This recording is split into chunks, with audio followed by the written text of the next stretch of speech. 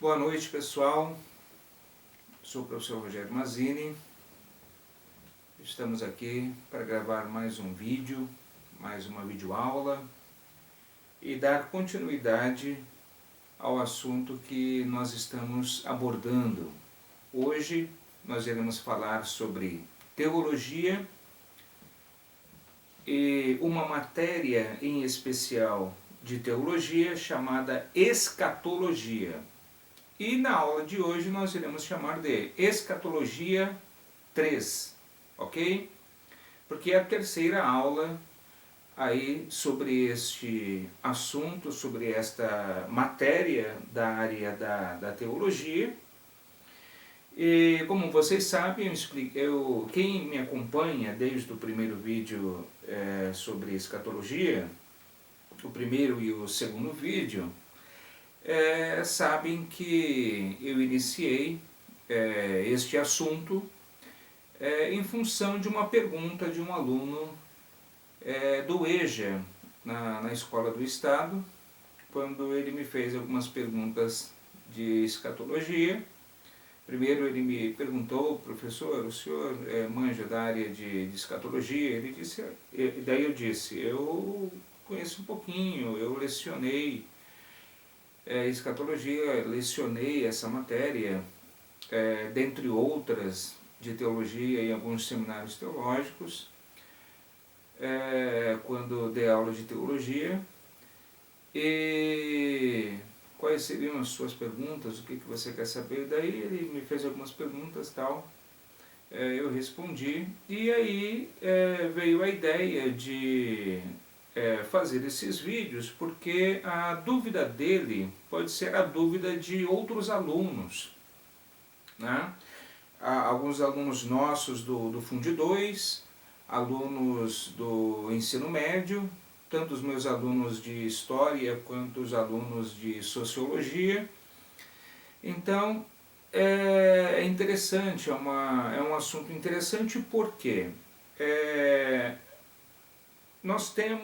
eu tenho amigos no meu Face de tudo quanto é tipo de religião. Inclusive alguns ateus, alguns filósofos livre pensadores, eles assim se denominam e tal. Então, também aqueles que gostam de pesquisar teologia, história da religião, ciências da religião. E com isso foi que eu resolvi esclarecer alguns assuntos de teologia, especificamente de escatologia, doutrina das últimas coisas, os últimos acontecimentos, né, no mundo, os últimos acontecimentos da humanidade segundo a teologia. E a fonte que nós iremos utilizar são as Escrituras Sagradas, tá?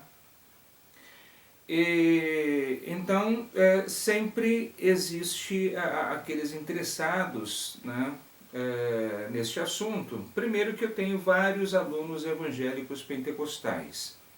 E pentecostais de igrejas mais rígidas nos seus costumes, igrejas mais light e tal, e também neopentecostais e também adeptos de igrejas tradicionais, mas o foco aqui é mais a linha teológica pentecostal, porque pelo menos a maioria dos pentecostais, esse aluno do EJA que me perguntou é da área, né, dessa linha teológica pentecostal, mas é o que pelo menos a maioria dos cristãos em geral, até uma boa parte dos católicos também, acreditam, tá? Então é um assunto que vai ser muito útil a todos. No último vídeo nós falamos sobre a grande tribulação e o anticristo, tá?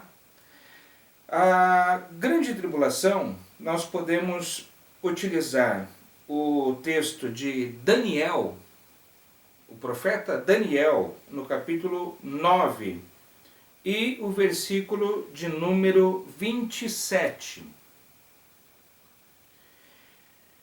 E ele fará um pacto firme com muitos por uma semana, e na metade da semana fará cessar o sacrifício e a oblação. E sobre a asa das abominações virá o assolador, e até a destruição determinada, a qual será derramada sobre o assolador. Então veja bem, até a metade deste versículo, que está mais claro, aqui é um texto também que carece de uso de uma ferramenta, de uma outra matéria teológica chamada hermenêutica sagrada. Quando fala aqui o pacto firme por uma semana seriam 7 dias. Mas cada um desses dias aqui é referente a um ano. Então, o anticristo ele vai firmar um pacto com todas as religiões do mundo, com todas as nações, uma livre religiosidade, a liberdade de culto filosófica e tal. Mas na metade desse tempo, ele irá começar a perseguir os religiosos. Tá? Aqui os cristãos que não subiram no arrebatamento da igreja, aqui a nação de Israel, tá? Diga-se de passagem, essa é a interpretação dos cristãos, católicos e evangélicos, com relação à escatologia. Os judeus, os adeptos do judaísmo, não acreditam em nenhum texto do Novo Testamento. Só acreditam no Antigo Testamento. A Bíblia hebraica, que é a Bíblia dos judeus, ela só tem o Antigo Testamento, de Gênesis até Malaquias, ok? Esses 39 livros. Não tem o Novo Testamento, não tem de Mateus a Apocalipse. Eles não acreditam no Novo Testamento como uma Bíblia sagrada, uma revelação divina. Eles não creem como palavra de Deus. Eles respeitam como um livro religioso, mas não tem como palavra de Deus. A não ser que este judeu ele abandone o judaísmo e se converta ao cristianismo e comece a ir à missa, ou que comece a frequentar os cultos em uma igreja evangélica. Daí será um judeu convertido ao cristianismo, um judeu cristão. Tá? Daí, aos olhos da teologia, ele deixa de ser encarado, ele deixa de ser avaliado como o Israel, que será perseguido pelo anticristo durante a segunda metade da grande tribulação, e passa a ser avaliado como igreja, tá? Igreja invisível, aquela igreja que será salva independente da placa, independente da denominação, independente da liturgia, ok? Então vamos lá. Um outro detalhe, após existir o arrebatamento da igreja, o anticristo, ele no começo, na metade desses 7 anos, ele se apresenta como um grande líder, resolvendo muitas coisas e tal, tudo se torna o mundo parece ser perfeito, e depois ele começa a perseguição aos religiosos e perseguição a Israel e tal. Daí o texto de Zacarias, do profeta Zacarias, do capítulo 12, apresenta exatamente esta questão aí da perseguição e da grande tribulação, tá? Do finalzinho aí da grande tribulação, que já está falando aí da batalha do Amargedon, tá? Daí, vamos lá. Naquele dia, no capítulo 12 de Zacarias, e o versículo 11. Naquele dia será grande o pranto em Jerusalém, como o pranto de Hadad-Rimon no vale de Megido, e a terra pranteará cada linhagem à parte. A linhagem da casa de Davi, à parte, e as suas mulheres, à parte, e a linhagem da casa de Natã, tal, aqui fala das linhagens, né? E no versículo 14, todas as mais linhagens, cada linhagem à parte e suas mulheres à parte. Então aqui está falando sobre as linhagens de Israel. O que nos interessa aqui é exatamente a questão do local, Megido, tá? Onde teoricamente irá ocorrer a batalha do Amargedon, ok? Voltando a esta questão, aqui na outra Bíblia,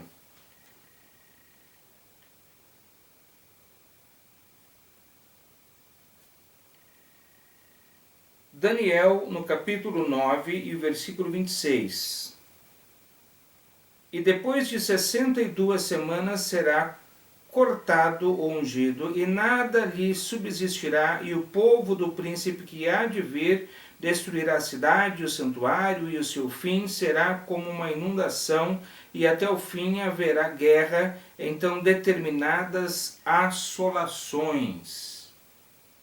Então, agora vemos a batalha do Amargedon, onde nações da terra irão se reunir contra Israel, e uma espécie de... porque Israel, até então, um representante do povo de Deus, um representante original do povo de Deus. E agora, as nações, porque são dominadas pelo anticristo, e aqueles 10 chifres, cada chifre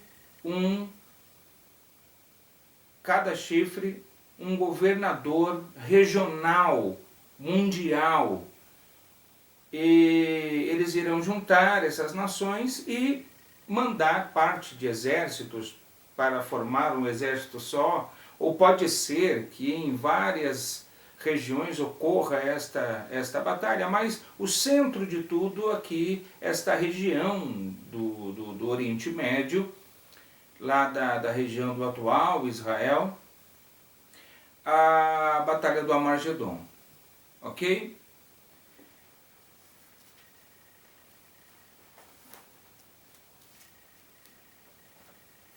No entanto,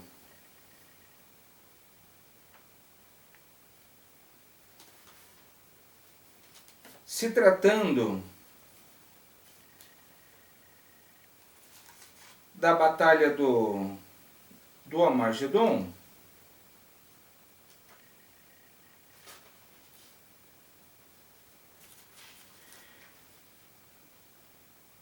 aparece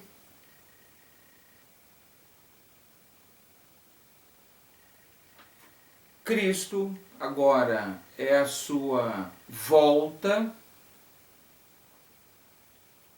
Cristo nos ares.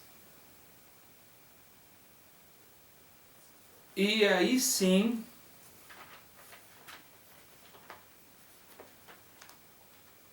Mateus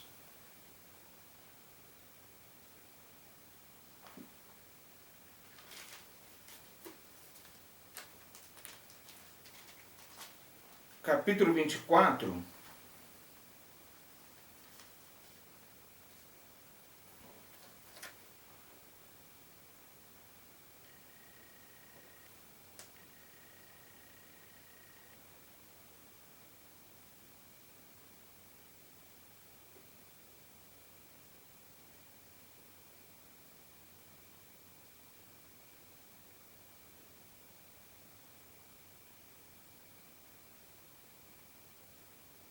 e o versículo de número 15.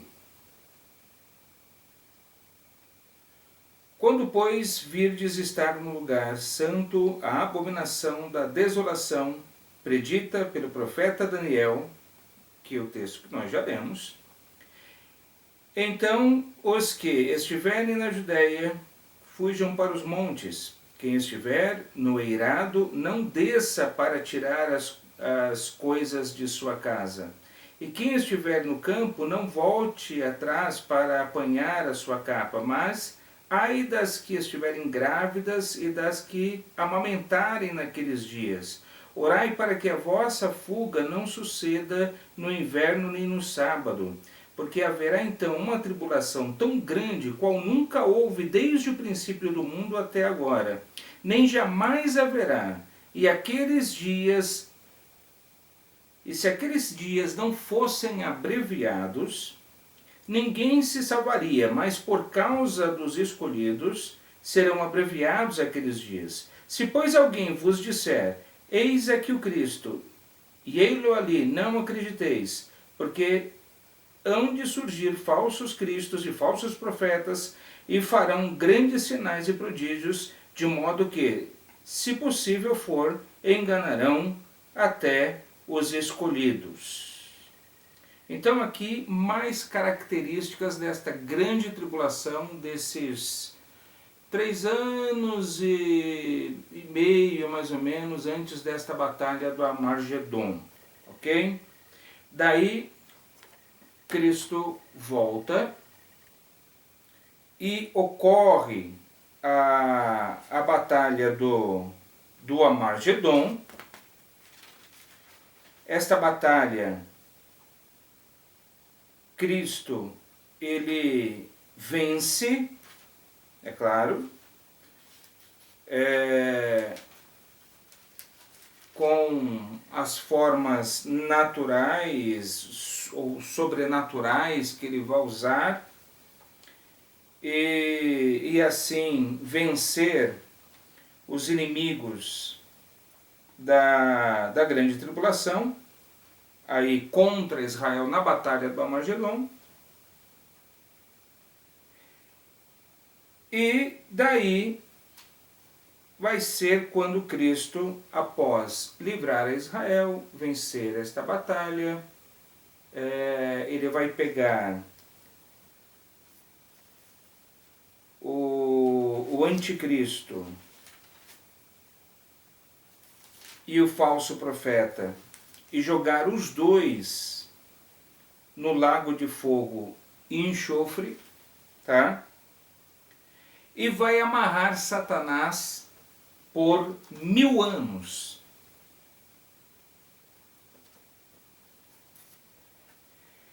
E vi descer do céu um anjo que tinha a chave do abismo e uma grande cadeia na sua mão. Ele prendeu o dragão e a antiga serpente, que é o diabo e Satanás, e os amarrou por 1000 anos. Ou melhor, e o amarrou por 1000 anos.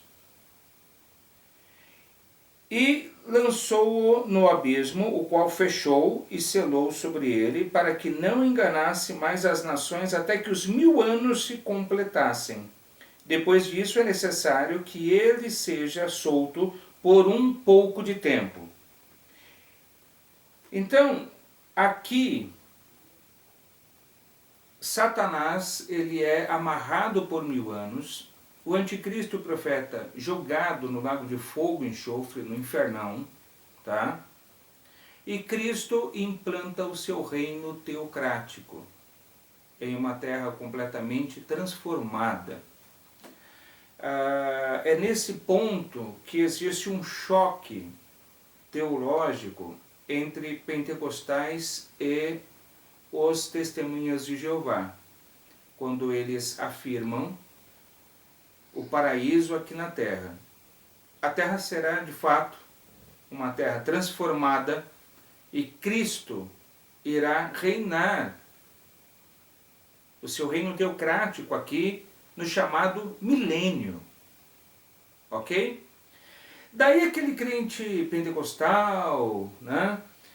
Aquele evangélico pentecostal, ele diz, mas professor, mas e a igreja não vai reinar com Cristo? A igreja vai reinar com Cristo, mas não importa, a Bíblia não entra em detalhes. Nós vamos nos materializar de novo? Não. Em nenhum momento a Bíblia, não existe nenhum texto, eu já procurei, já virei a Bíblia do avesso, não existe um texto que diga que a igreja vai se materializar novamente para viver o milênio. O que a Bíblia diz é que a igreja vai reinar com Cristo, se for do céu, se for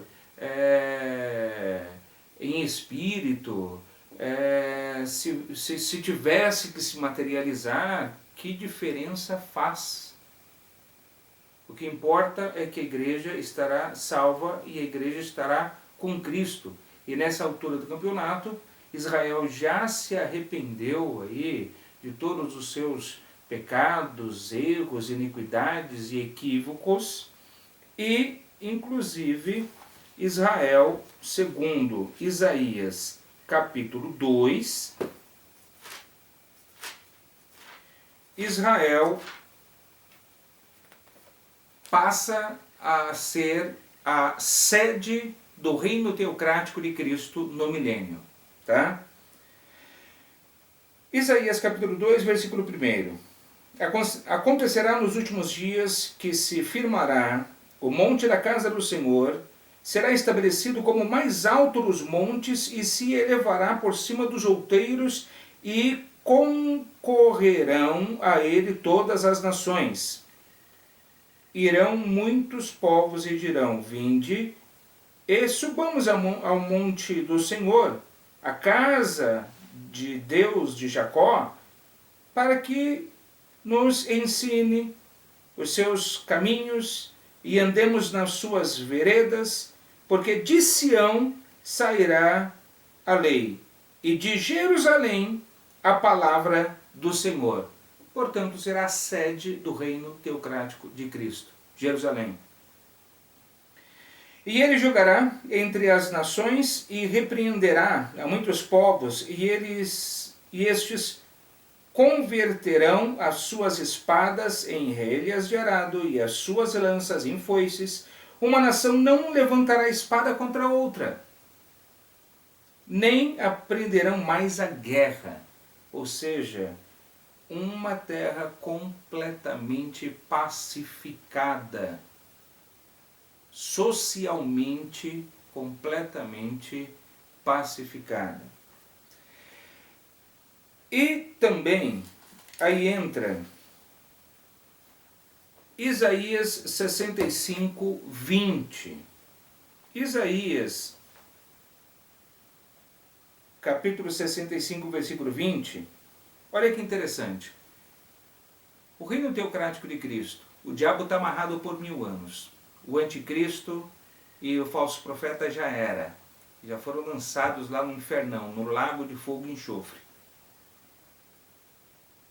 O versículo 20, olha que tipo de sociedade que haverá no reino teocrático de Cristo.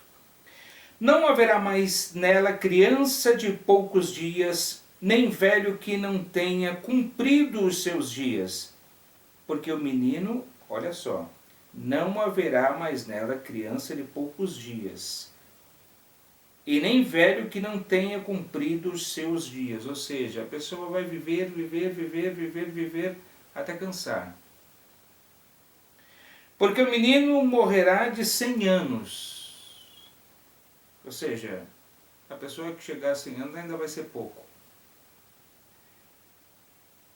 Mas, professor, existirá a possibilidade da existência do pecado, tal? Sim. Mas o pecador de 100 anos será amaldiçoado. Ou seja, mesmo assim, ainda viverá bastante, viverá muito.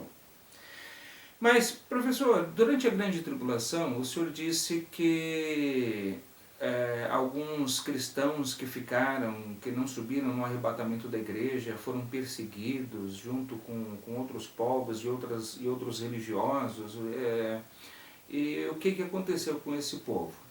Se eles não receberam o número da besta, se eles não se adequaram ao sistema do anticristo, se eles bateram de frente, se eles não aceitaram aquele governo, se eles não aceitaram aquela marca, eles foram duramente perseguidos. Daí, professor, existe a possibilidade de salvação fora do arrebatamento da igreja, antes do arrebatamento da igreja, aqueles que ficarem? Sim, mas muito reduzida. Segundo a teologia bíblica, muito reduzida. Existe a possibilidade, vai existir a possibilidade na grande tribulação de salvação? Sim, mas com muita angústia, com muita perseguição e com todas essas características aqui que eu já falei. Então a possibilidade de salvação vai existir? Vai, mas muito reduzida. E mesmo assim haverá aqueles que vão se arrepender e vão ser torturados e vão ser degolados e vão ser perseguidos e vão passar fome, porque daí ele não vai poder comprar, não vai poder vender, pode ser rico, ter dinheiro e ninguém vai poder vender para ele. Então vai ser uma perseguição realmente estrondosa, vai ser um sacrifício terrível, uma experiência amarga, desesperadora a situação. Mas olha só, em Apocalipse capítulo 20, sobre esse pessoalzinho aí, os cristãos que não subiram no arrebatamento da igreja, mas que conquistaram a sua salvação aí mediante o derramamento do seu próprio sangue, seu próprio sacrifício. Então vi uns tronos, e os que se assentaram sobre eles foi dado o poder de julgar, e vi as almas daqueles que foram degolados por causa do testemunho de Jesus e da palavra de Deus, e que não adoraram a besta e nem a sua imagem, e não receberam sinal na fronte e nem nas mãos, e reviveram. Aí eles vão ser ressuscitados depois da grande tribulação, tá? E reviveram, é o que o texto está falando, e reinaram com Cristo durante os 1000 anos. Então aqueles que forem salvos na grande tribulação vão reinar com Cristo durante os 1000 anos. Professor, e aqueles que não foram salvos no arrebatamento da igreja e não foram salvos na grande tribulação? Como é que fica a situação desse pessoal? Pois bem, em Apocalipse capítulo 20 e versículo 5, mas os outros mortos não reviveram, ou seja, eles não foram ressuscitados, até que os 1000 anos se completassem. Aqueles que morreram sem Cristo, eles vão para um local chamado Hades, que em algumas traduções bíblicas apresenta inferno, é um local de tormento. Ou Sheol do hebraico, tá? Hades do grego ou Sheol do hebraico. Tanto uma tradução como a outra, algumas bíblias, por exemplo, da tradução de João Ferreira de Almeida, revista e corrigida, possa estar lá de repente inferno, tá? Ou atualizada, a revista e atualizada de João Ferreira de Almeida, possa estar inferno também. Seja como for, se estiver Hades ou Sheol, o inferno é a mesma coisa, é um local de tormento, é um inferninho, que ainda não é um infernão, diríamos assim, tá? Não é o lago de fogo e enxofre para a eternidade. Ainda não chegamos lá no juízo final. Estamos ainda no reino teocrático de Cristo. Estamos no milênio, tá? Mas os outros mortos, aqueles que não foram salvos, não reviveram, até que os 1000 anos se completassem. Esta é a primeira ressurreição. Bem-aventurado e santo é aquele que tem parte na primeira ressurreição. Sobre estes não tem poder a segunda morte, mas serão sacerdotes de Cristo e de Deus, e reinarão com ele durante os 1000 anos. Ok? Daí depois do milênio, vai ser um curto espaço de tempo, tá? Ora, quando se completarem os 1000 anos, Satanás será solto da sua prisão e sairá a enganar as nações que estão nos 4 cantos da terra. Gog e Magog, cujo número é como a areia do mar, ou seja, muita gente, a fim de ajuntá-las para a batalha.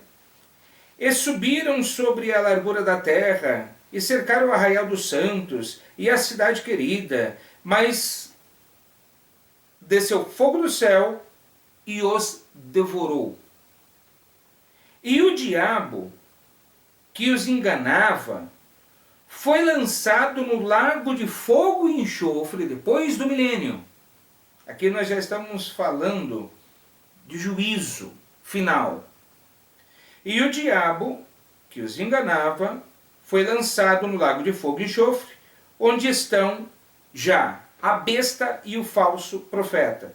Aqui eu estou lendo o versículo 10 de Apocalipse, capítulo 20. Ok? E de dia e de noite serão atormentados pelos séculos dos séculos. Continuamos agora falando sobre o juízo final, depois do milênio. E vi um grande trono branco e o que estava assentado sobre ele, de cuja presença fugiram a terra e o céu, e não foi achado lugar para eles. E vi os mortos, grandes e pequenos, em pé diante do trono, e abriu-se um livro, e abriu-se outro livro, que é o da vida.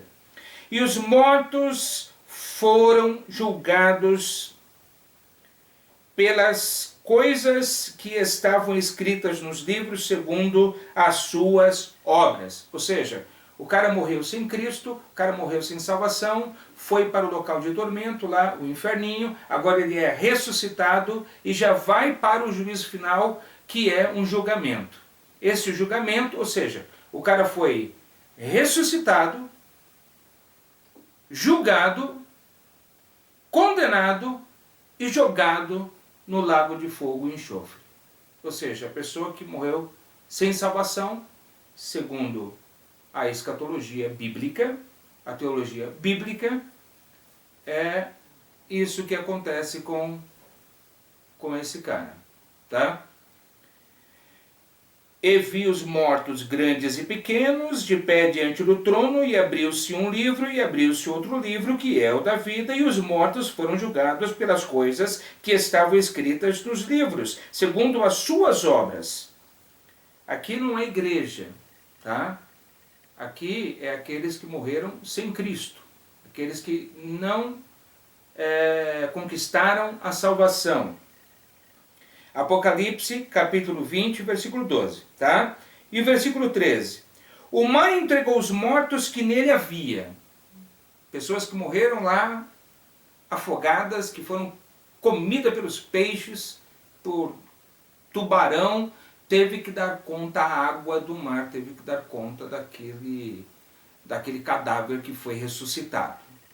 Agora, não me perguntem como.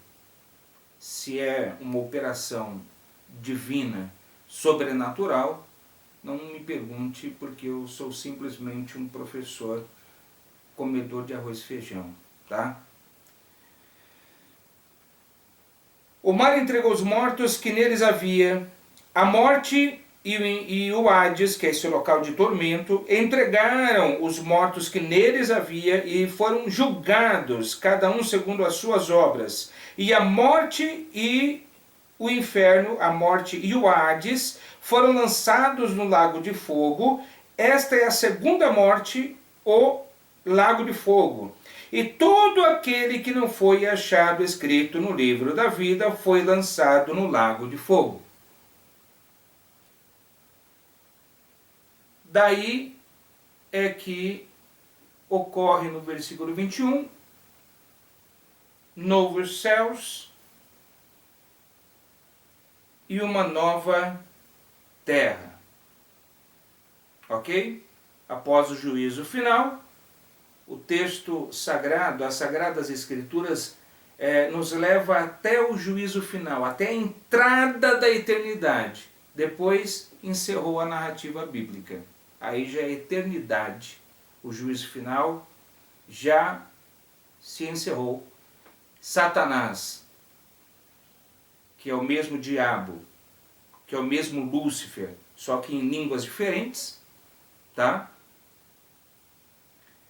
Diabo, grego, Satanás, hebraico, Lúcifer, latim, não importa a nomenclatura e também a língua, é a mesma pessoa, já está lá no lago de fogo e enxofre.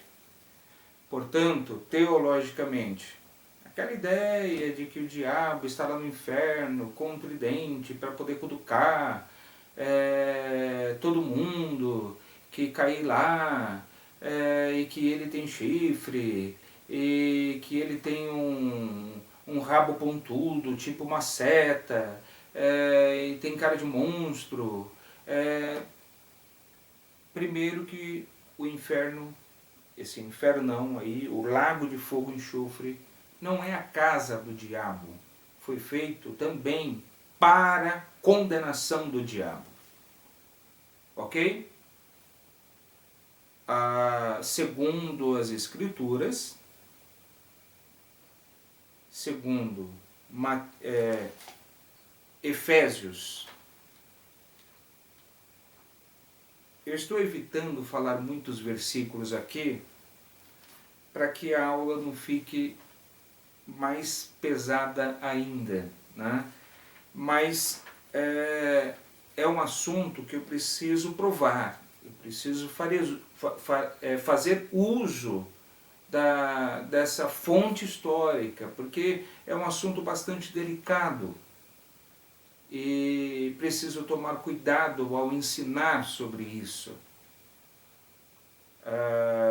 Quando você aborda algum assunto histórico, sociológico, teológico, filosófico, que envolve a religião, é algo que o professor tem que tomar bastante cuidado.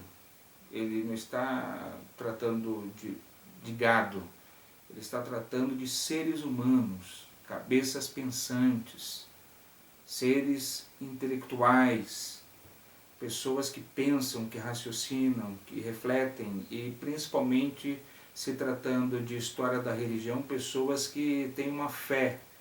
Então é uma questão delicada, porque o professor ele tem que saber o que falar, porque ele pode afetar o psicológico de um aluno, né? O psicológico de pessoas, porque envolve a fé de pessoas. Então, é por isso que eu estou fazendo uso das fontes teológicas e históricas que eu tenho acesso.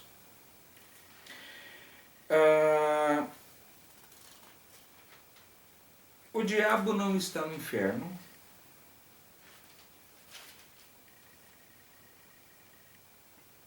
O diabo ele está por aí. lá o texto de Apocalipse, no capítulo 13, eu já havia falado no